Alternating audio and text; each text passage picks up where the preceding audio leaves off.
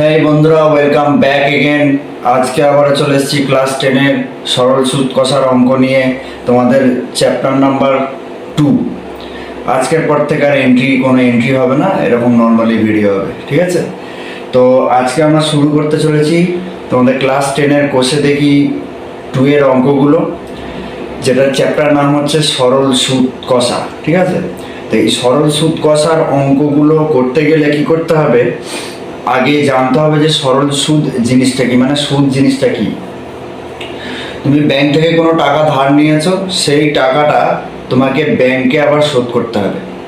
সেই টাকাটা আবার ব্যাংকে তোমাকে শোধ করতে হবে। কারোর কাছ থেকে ধার নিলে তাকে শোধ করতে হয়, তো এরকম তুমি ব্যাংক থেকে কোনো টাকা ধার নিয়েছো, সেই টাকাটা তোমাকে শোধ করতে হবে। এবার ব্যাংক তোমার কাছে শুধু টাকা শোধ নিয়ে নেবে, মানে তুমি ব্যাংকে শুধু যেই টাকাটা নিয়েছো, ধরো 2,000 টাকা ধার নিয়েছো, সেই 2,000 টাকাটা তুমি আবার ব্যাংকে ফিরিয়ে দেবে। কিন্তু ব্যাংক শুধু 2,000 টাকা তোমার কাছে নেবে না, তার সাথে কিছু সুদও নেবে, ঠিক আছে? তাহলে এখানে সুদের যে সূত্রটা, সরল সুদ অঙ্ক করার জন্যে যে সূত্রটা তোমাকে ব্যবহার করতে হবে, সেই সূত্রটা হচ্ছে I is equal to PTR by 100।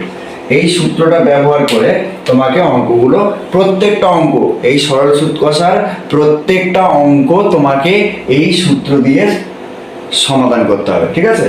দেখো এই সূত্রটার এই যে পি, এই আই, পি, টি, আর, এইগুলো কি, এইগুলো ভালো করে আগে জেনে নাও যে আই মানে কি, পি মানে কি, টি মানে কি, আর মানে কি। দেখো প্রথম কথা হচ্ছে যে আই মানে কি। দেখো আই কে ইংলিশে বলা হয় ইন্টারেস্ট। কি বলা হয়? ইন্টারেস্ট। ইংলিশে ইন্টারেস্ট বলা হয়, বাংলায় কি বলা হয়? সুদ বলা হয়। কি বলা হয়? সুদ,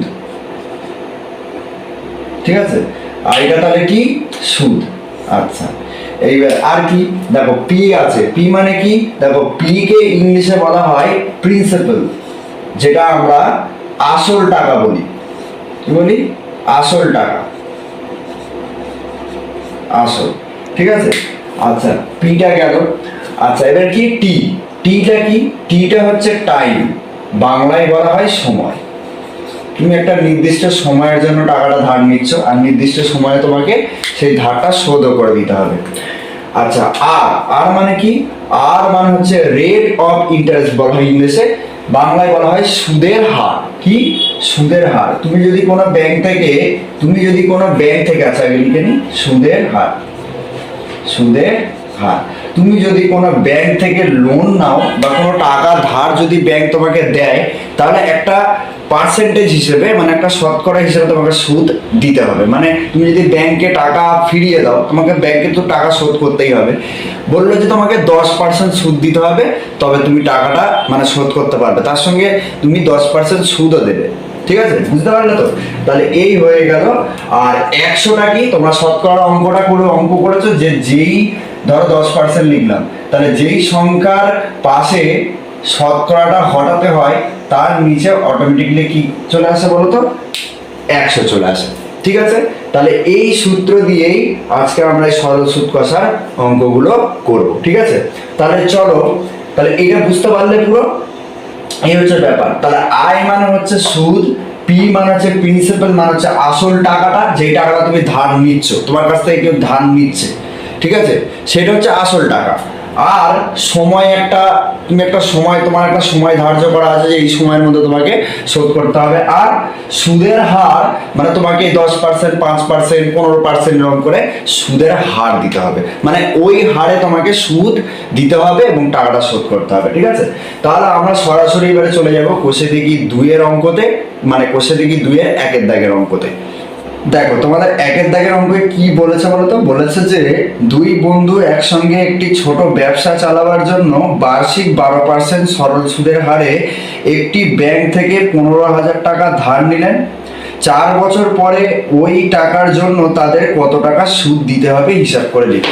তাহলে দুই বন্ধু 2,000 টাকা ব্যাংক থেকে ধার নিয়েছে, ঠিক আছে? যেটা কিন্তু 4 বছরের জন্য, ঠিক আছে? মানে 4 বছরের জন্য ব্যাংক তাকে 2,000 টাকা ধার দিয়েছে, ঠিক আছে? এই 2,000 টাকাটা হচ্ছে ধার নিয়েছে, তো তাহলে এই 2,000 টাকাটা হয়ে গেল আসল টাকা, ঠিক আছে? এবার দেখো অঙ্কটা কিরকম হচ্ছে। তাহলে এই প্রত্যেকটা অঙ্ক করার জন্য তোমাকে আগে লিখতে হবে অঙ্কের ভাষায় সমস্যাটি হলো, অঙ্কের ভাষায় সমস্যাটি হলো।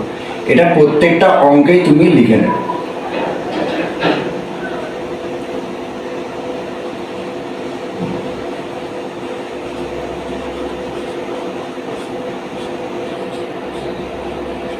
হলো, এইবারে তোমাকে কি করতে হবে, এইগুলো লিখতে হবে। কিরকম বলো তো, দেখো প্রথম হচ্ছে আমাকে কি বার করতে বলেছে বলো তো, সুদ বার করতে বলেছে। তাহলে প্রথম হচ্ছে দেখো, প্রথম হবে পি। পিটা কি, পি হচ্ছে আসল, আসল টাকাটা যেটা যেটা ধার নিয়েছে কি আর, ঠিক আছে। তারপরে কি, তারপর হচ্ছে টি সময়। আচ্ছা, আর কি, আর হচ্ছে আর, আর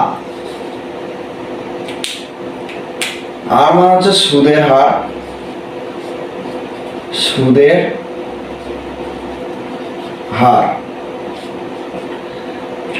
আর কি, আই মানে হচ্ছে সুদ, ঠিক আছে, মানে হচ্ছে সুদ। ভালো, এইবার দেখো তাহলে আমরা ফটাফট লিখে দেবো। দেখো প্রথম হচ্ছে আসল টাকাটা কত ছিল, দেখো 15,000 টাকা। কত টাকা ধার নিয়েছিল, 15,000 টাকা, ঠিক আছে। এবারে সময়, সময় বলো কত দিনের জন্য দিয়েছিল, 4 বছর, 4 বছর সময় দিয়েছে।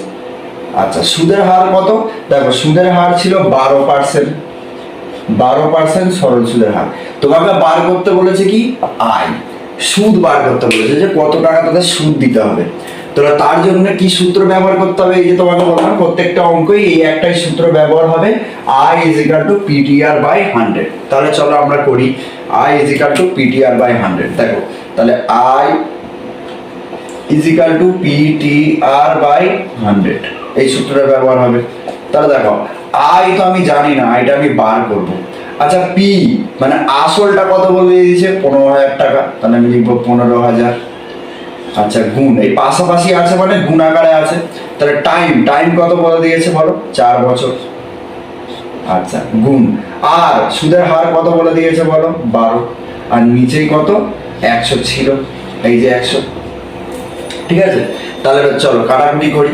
দেখো এই দুটো শূন্য, এই দুটো শূন্য কেটে দিলাম। কি কি রয়েছে উপরে, উপরে সব কটাকে গুণ করে দেখো 4, আর এখানে 150 রয়েছে, তাহলে আমি 15টা ধরি। দেখো 4 15 60, কত, 4 15 60, তার সাথে আবার একটা শূন্য গুণ হয়ে যাচ্ছে, মানে 600। এবার দেখো এখানে কত আছে, 12, 12 গুণ করতে হবে, তার মানে 12। তার মানে দেখো একবার দেখো 6 12 72 করে দাও, আর দুটো শূন্য বসে আছে, বসিয়ে দাও। তাহলে কত হলো, 7,200। তাহলে আমি লিখতে পারি তো, তাহলে আমি লিখতে পারি যে I is equal two, I is equal two 7200। তার মানে তোমাদের এখানে সুদ কত বার হলো, তাহলে তাদের সুদ দিতে হবে কত, 7,200 টাকা। তার মানে 15,000 টাকা ধার নিয়েছে, ব্যাংকে তো আর 15,000 টাকা ফেরত দিয়ে দিলে হবে না, ব্যাংক কিছু সুদ চাইবে, কারণ তোমরা সেই টাকাটা নিয়ে ভোগ করেছো। কত বছর ভোগ করেছো, এখানে 4 বছর আছে। এবার তোমাকে ব্যাংক টাকা দেবে, দিয়ে সেটা তুমি কতদিন ভোগ করবে, সেটা কাজে লাগাবে। তার জন্য তো ব্যাংক, ব্যাংক তো নিজের ট্যাক্স থেকে তোমাকে টাকা দিচ্ছে না, এবার ব্যাংক তো সুদ চাইবে, যে তোমরা এটা নিয়ে ভোগ করেছো, যতদিন তোমাদের কাছে ছিল সেটা হিসেবে চার্জ, মানে যেটা আমরা চার্জ বলি, বা তোমাদের এর ভাষায় বলা হবে সুদ। তাহলে সেই সুদটা চাইবে, সেই সুদটা ক টাকা বলছে, 7,200 টাকা। তাহলে 7,200 টাকা হচ্ছে তাদের সুদ হলো, বুঝতে পারলে। এবার উত্তরটা লিখে দাও, 4 বছরের ওই টাকার জন্য তাদের, ওই টাকার জন্য তাদের কত টাকা সুদ দিতে হবে না, 7,200 টাকা, 7,200 টাকা সুদ দিতে হবে, সুদ দিতে হবে। হয়ে গেল, অঙ্কটা শেষ। বুঝতে পেরেছো? তাহলে এই হয়ে গেল তোমাদের 1 এর দাগের অঙ্কটা শেষ। এবারে যাচ্ছি 2 এর দাগের অঙ্কে।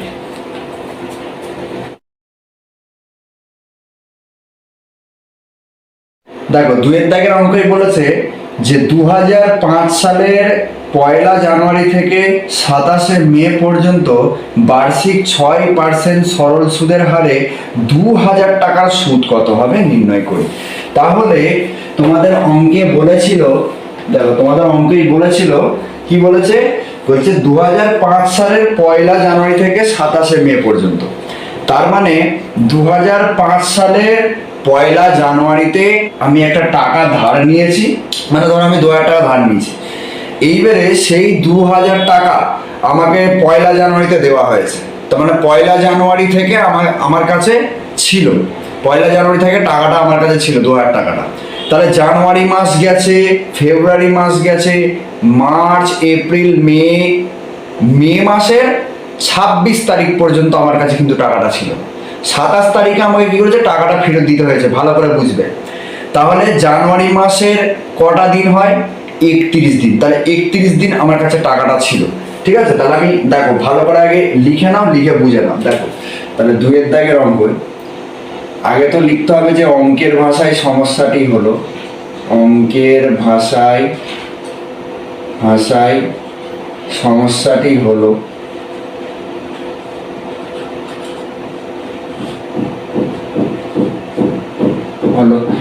এবার দেখো তাহলে লিখতে হবে কি, দেখো 2005 সাল প্রথমে দেখি। দেখো 2005 সালে দেখো প্রথম হচ্ছে জানুয়ারি মাসে আমার কাছে 1 জানুয়ারি থেকে আমার কাছে টাকাটা আছে 2000 টাকা। তাহলে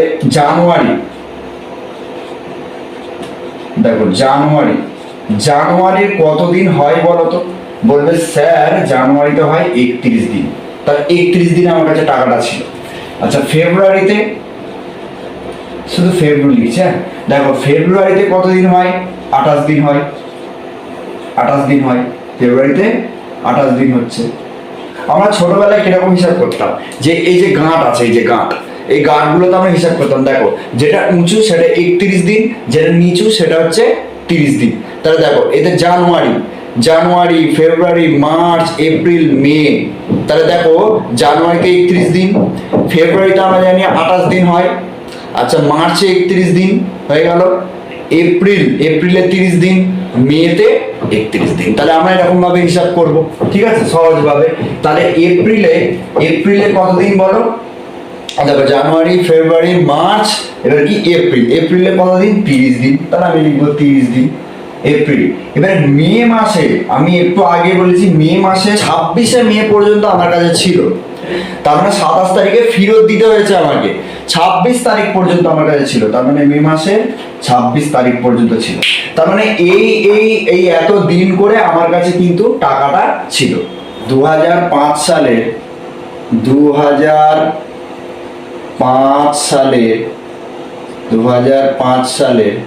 1 জানুয়ারি থেকে, মানে 1 জানুয়ারি থেকে 26 মে পর্যন্ত দিন হবে। কত দিন হবে বলো, দেখো এই সব কটাকে আমরা কি করবো, যোগ করবো। দেখো 31, কারণ দেখো 31 দিন আমার কাছে ছিল, তবে ফের 28 দিন ছিল, তারপরে আমাদের কাছে 31 দিন আবার ছিল, আবার 30 দিন ছিল, আবার 26 দিন ছিল। তাহলে এত দিন আমাদের কাছে ছিল টাকাটা, ঠিক আছে। তাহলে এই টোটাল করলে তুমি কত পাবে বলো তো, এই টোটাল করলে তুমি পাবে 146। প্রথমে লিখতে হয় যে প্রিন্সিপাল, আসল টাকাটা কত, আমি তো জানিনি, সেটা আমাকে লিখতে হবে। দেখো আসল টাকাটা আমার কত, এখানে দেখো আসল টাকাটা বলে দিয়েছিল যে 2000 টাকা, তোমাদের প্রশ্নে বলা আছে, ঠিক আছে। আচ্ছা সময় কত দিয়েছিল, সময়টা লিখি। দেখো প্রথমে সময় দিয়েছিল, এই দেখো 146 দিন। এই যে 146 দিন, ভালো করে এইবারে ভালো করে শোনো। সময় তোমাকে যদি মাসে দেওয়া থাকে সেটা বছরে পরিণত করতে হবে, যদি দিনে দেওয়া থাকে সেটাও বছরে পরিণত করতে হবে।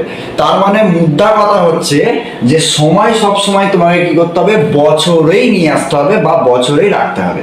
ঠিক আছে, এইটা সবসময় মাথায় রেখে দেবে যে বছরেই নিয়ে আসতে হবে। দেখো তাহলে এই দিন, এই যে 146 দিনকে আমরা বছরে নিয়ে আসবো, তার মানে কত দিন সমান সমান এক বছর, 365 দিন সমান সমান আমরা কি জানি, এক বছর। তাহলে এই যে 146 দিনকে আমরা যদি বছরে নিয়ে আসতে চাই তাহলে কি করতে হবে, 365 দিয়ে তোমাকে ভাগ করতে হবে, তাহলে এত বছর হয়ে গেল। কি বুঝলে, বুঝতে পারলে? আচ্ছা দেখো, আর সুদের হার,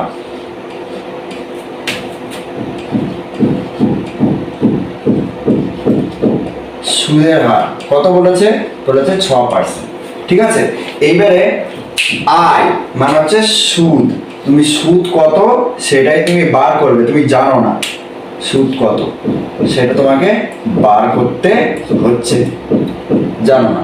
এবার দেখো সুদ বার করব, আমাদের সুদ প্রশ্ন চেয়েছে, মানে উত্তরটা চেয়েছে সুদ, তাহলে ওই একই সূত্র I is equal to P T R by 100।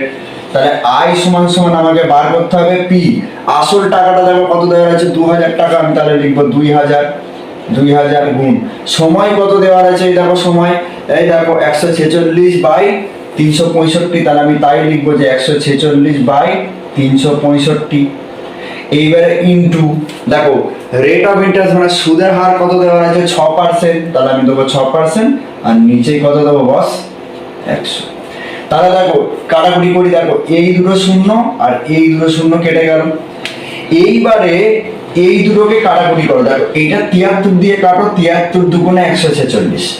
এইবারে দেখো 73 দিয়ে যদি আমি 5 কে গুণ করি, 73 দিয়ে যদি 5 কে গুণ করি, দেখো 5 3 15, 5 হাতে 1, 5 7 35 আর 1 36, তাহলে 365 হচ্ছে। তাহলে 73 5-এ 73 5-এ 73 5-এ হয়ে গেল কত, 365। তাহলে বার হচ্ছে কি, এবার দেখি, দেখো কি আছে কি থাকছে, দেখো এখানে 20 আছে, আমি 20 লিখবো, লিখলাম, ইনটু এখানে কত আছে 2 আছে, আমি 2 লিখবো, আর নিচে কত আছে 5 আছে, আমি 5 লিখবো, ইনটু এখানে 6 আছে, আমি 6 লিখে দেবো। বুঝতে পারলে? দেখো 20 ইনটু এখানে উপরে 2 ছিল, আমি 2 লিখেছি, এখানে দেখো 5 ছিল, এই 5টা লিখেছি, 2/5, তবে ইনটু 6 ছিল, 6 লিখে দিয়েছি, আর নিচে 1 থাকা যায় না থাকা সমান। তারপরে কি করবে, দেখো 5 দিয়ে 4 কে কেটে দাও, 5 4 20, তাহলে হয়ে গেল কত, দেখো এর উপরে কি কি পড়ে রয়েছে, দেখো 4 2 6, তাহলে এই দুটোকে, এই তিনটাকে গুণ করে দাও, তাহলে এই তিনটাকে গুণ করে দিলে কি হচ্ছে, 4 দুগুণে 8, 6 8 48, তাহলে আই ইজ ইকুয়াল টু কত হয়ে গেল, 48। তাহলে সুদ কত না, 48 টাকা সুদ। তাহলে উত্তরটা কি ছিল, যে নির্ণীয় সুদ, নির্ণীয় সুদ মানে 2000 টাকার নির্ণীয় সুদ, 2000 টাকার নির্ণীয় সুদ। 2000 টাকার সুদ কত হবে বলতো, যদি এই সময়ে দেওয়া হয় তাহলে হবে এই যে 48 টাকা, 48 টাকা। ঠিক আছে, তাহলে হয়ে গেল তোমাদের 2 এর দাগের অঙ্কটা শেষ।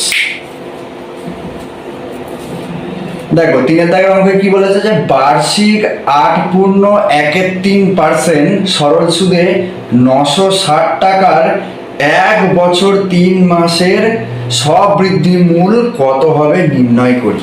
দেখো এখানে একটা কথা এসছে তোমাদের, নতুন কথা, কি বলতো, তোমরা সেটা জানো না, সেটা জেনে নাও। দেখো নতুন কথা তুমি পেয়েছো, যে সবৃদ্ধি মূল, এই কথাটার মানে কি স্যার, এখানে যে এলো, দেখো সবৃদ্ধি মূল মানে হচ্ছে আসল টাকাটা যা থাকবে, আসল টাকাটা যা থাকবে তার সাথে যোগ হয়ে যাবে সুদ। কি হয়ে যাবে, সুদ। তার মানে আসল, সুদ আর আসল, সুদে আসলেকে বলা হয় সবৃদ্ধি মূল। ঠিক আছে, সুদে আসলেকে বলা হয় সবৃদ্ধি মূল।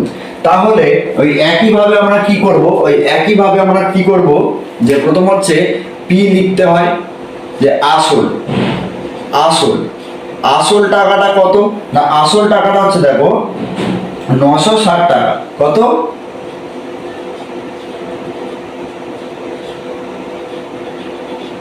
হলো। আচ্ছা আসল সময় কত? দেখো তোমাদের সময় কত বলেছে? সময় বলেছে 1 বছর 3 মাস। কত? 1 বছর 3 মাস বলেছিল। আমি আগেই বলেছি যে মাসে বা দিনে রাখলে চলবে না, সবসময় সময়কে কি করতে হবে? বছরে নিয়ে আসতে হবে। তাহলে 1 বছর 3 মাস সমান সমান আগে আমরা কি করব? কত মাস হচ্ছে দেখি। 1 বছর সমান সমান কত মাস তোমরা জানো? যে 12 মাস। কত মাস? 1 বছর সমান সমান হচ্ছে 12 মাস। তাহলে 1 বছর 3 মাস আছে, 1 বছর 3 মাস আছে। তাহলে 1 বছর 3 মাস হলে দেখো 1 বছর সমান সমান কি? 12 মাস, আর তার সাথে আবার 3 মাস যোগ হয়ে যাচ্ছে। তাহলে কত হচ্ছে? 12 আর 3 15 মাস। তাহলে কি হচ্ছে? 15 মাস। তাহলে এইটা হলো যে 15 মাস। এইবারে তোমরা জানো যে মাসে এসছে, এবার কি করতে হবে? বছরে নিয়ে আসতে হবে। তাহলে এটা মাসে আছে, তাহলে কত মাসে 1 বছর? 12 মাসে 1 বছর। তাহলে এটাকে বছরে নিয়ে আসতে হলে কি করতে হবে? 12 দিয়ে ভাগ করতে হবে। তাহলে তুমি 12 দিয়ে ভাগ করে দাও। তাহলে এই 12 দিয়ে ভাগ করে দিলে, তাহলে 12 দিয়ে ভাগ করে দিলে কি হয়ে যাবে? এইটা এবার আর মাস থাকবে না, বছরে চলে এলো। তাহলে কি চলে এলো? বছর। এত হয়ে গেল, ঠিক আছে। আচ্ছা, আর সুদের হার কত? রেট অফ ইন্টারেস্ট, সুদের হার। দেখো তোমাদের সুদের হার কত বলে দেওয়া আছে, দেখো কত? 8.13%। তার মানে তোমায় কি করতে হবে? এই মিশ্র ভগ্নাংশটাকে আগে প্রকৃত বা অপ্রকৃত ভগ্নাংশে পরিণত করতে হবে। তাহলে করো। 3 আসছে 24 আর 1 25, 3 আসছে 24 আর 1 25। তাহলে লিখবো 25/3 এত পার্সেন্ট। হলো। এবার তোমায় কি করতে হবে? সুদ বার করতে হবে। সুদ না বার করলে তুমি সবৃদ্ধিমূল বার করবে কি করে? তোমার তো আসলটা আমার জানা আছে, কিন্তু সুদটা তো বার করা নেই। তাহলে আমি সুদটা বার করলে তবে আমরা সবৃদ্ধিমূল কত হবে বলতে পারবো। বোঝাতে পেরেছি তো? তাহলে আমি কি করব? সুদ বার করব। একই সূত্র, I is equal to PTR/100, I is equal to PTR/100 ওই লেখা আছে। তাহলে এবার দেখো আয় আমাদের বার করতে হবে। পি আসল টাকাটা কত? 960। তাহলে আমি লিখবো 960 লিখলাম। সময় কত? না 12/15। মানে 15/12 সময়, এত বছর। আর বলো দেখো আর সমান সমান কত? 25/3 এত পার্সেন্ট। সুদের হার কত? 25/3। আর নিচে কত? 100 হয়ে গেল। এইবারে তুমি ডাইরেক্ট কাটো। কিরকম কাটবে? দেখো প্রথম হচ্ছে তুমি এটা দিয়ে 3 দিয়ে 15কে কাটো, 3 5 15 হয়ে গেল। আর কি? দেখো এই শূন্য কেটে দাও, হয়ে গেল। এইবার দেখো তুমি এই 5 দিয়ে এটাকে কাটো, 5 দুগুণে 10, 5 5 25, ওপর নিচে কেটে দাও, হয়ে গেল। আর কি রয়েছে? এই দেখো 12 দিয়ে 96কে কাটো। কত? দেখো আমরা জানি যে 8 12 96, 8 12 96, তাহলে হচ্ছে কত স্যার? দেখো I is equal to বার হচ্ছে কত? দেখো এখানে কত ছিল? 8 ছিল, আমি লিখবো 8। হলো, 8 লিখলাম। লিখে গুণ এখানে কত রয়েছে? 5 গুণ 5।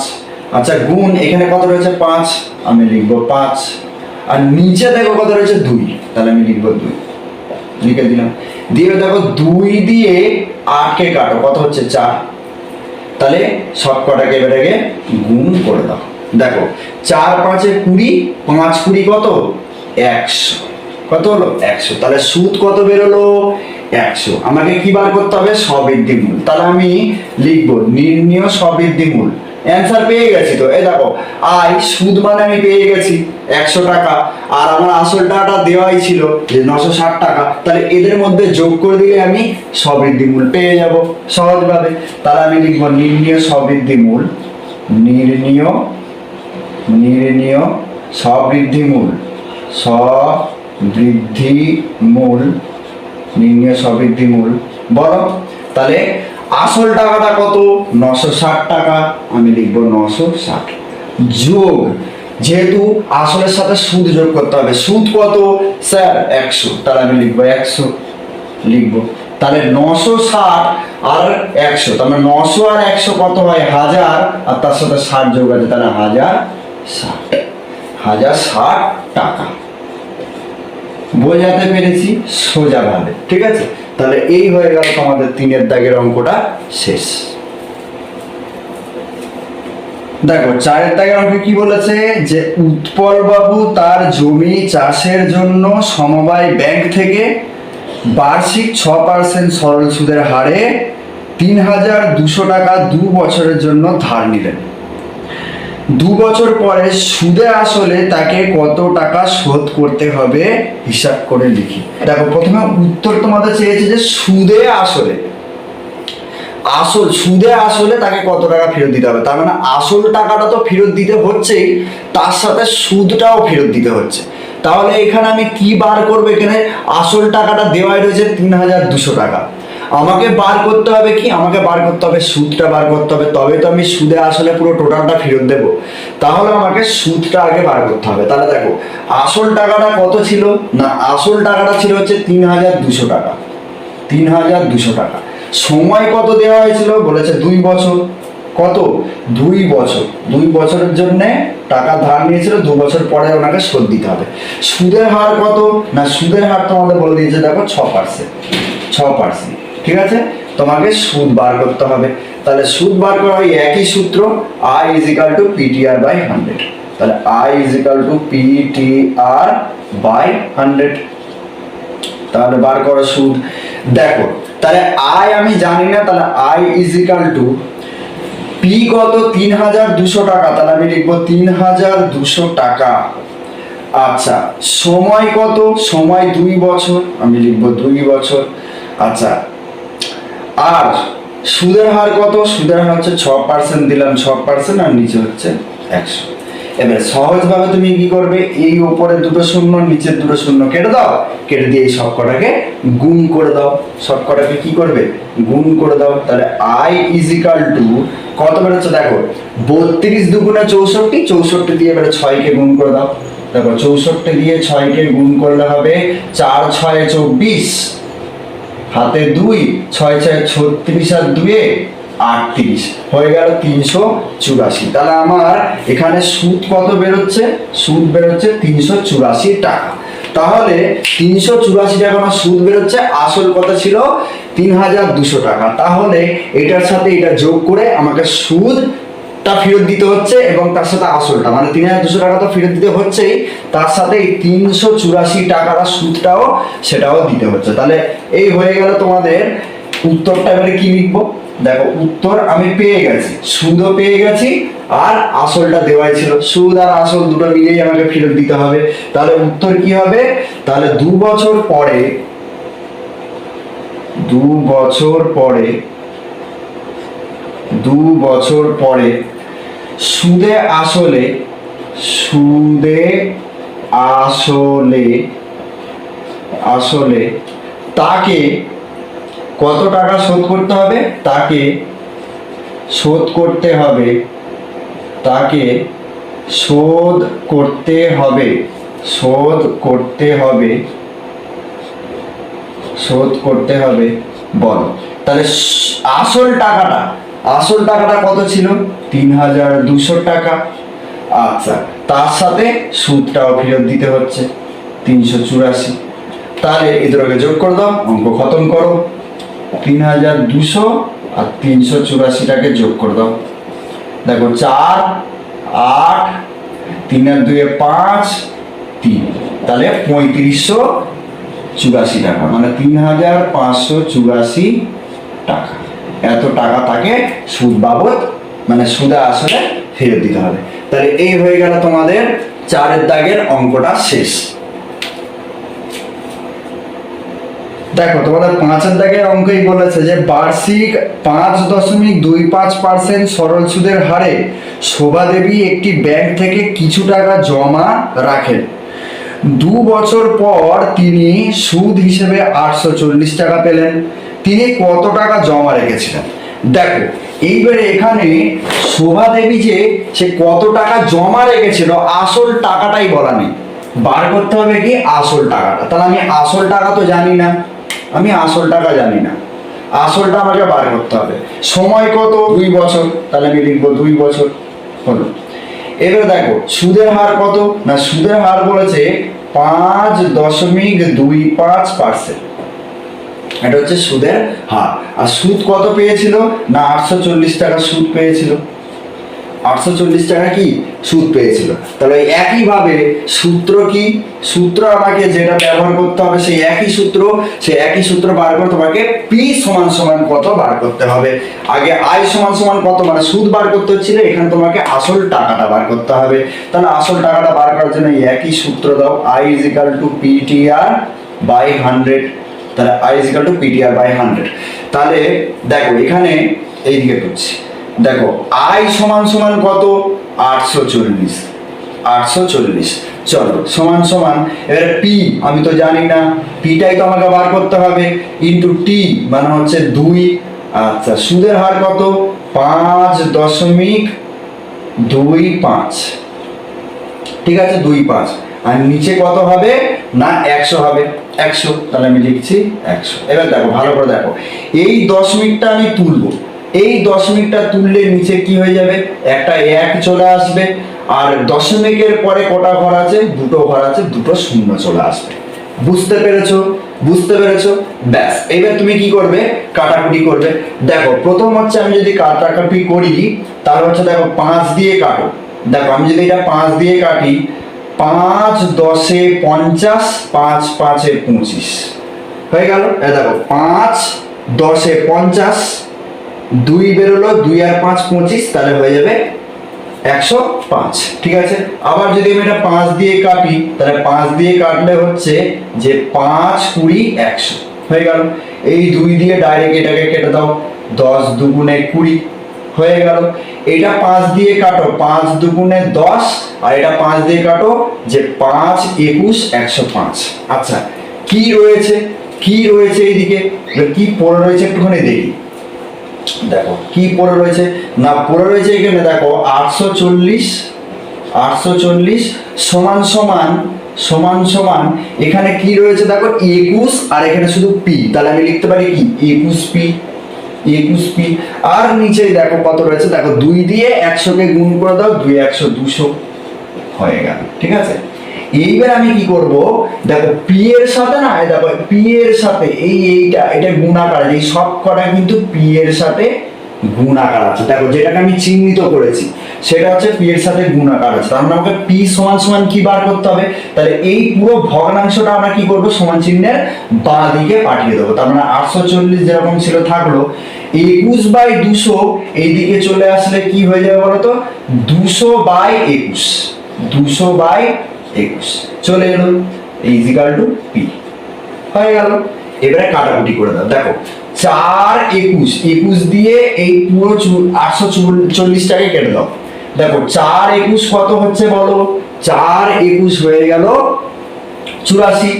এবার দেখো এখানে শূন্য ছিল, আমি শূন্য বসাবো, তাহলে কি পড়ে রয়েছে, দেখো পড়ে রয়েছে যে 40 গুণ 200 ইজিক্যাল টু পি। আচ্ছা আমি এটাকে একটু ঘুরিয়ে লিখি, তারপর আমি পি ইজিক্যাল টু ওই 40 গুণ 200 লিখে দিলাম, ব্যাস এইটুকু শুধু ঘুরিয়ে লিখেছি।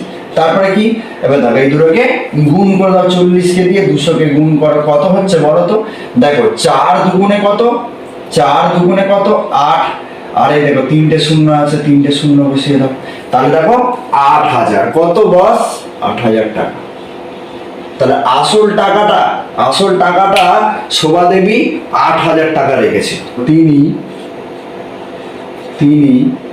8000 টাকা জমা রেখেছিলেন, জমা রেখেছিলেন।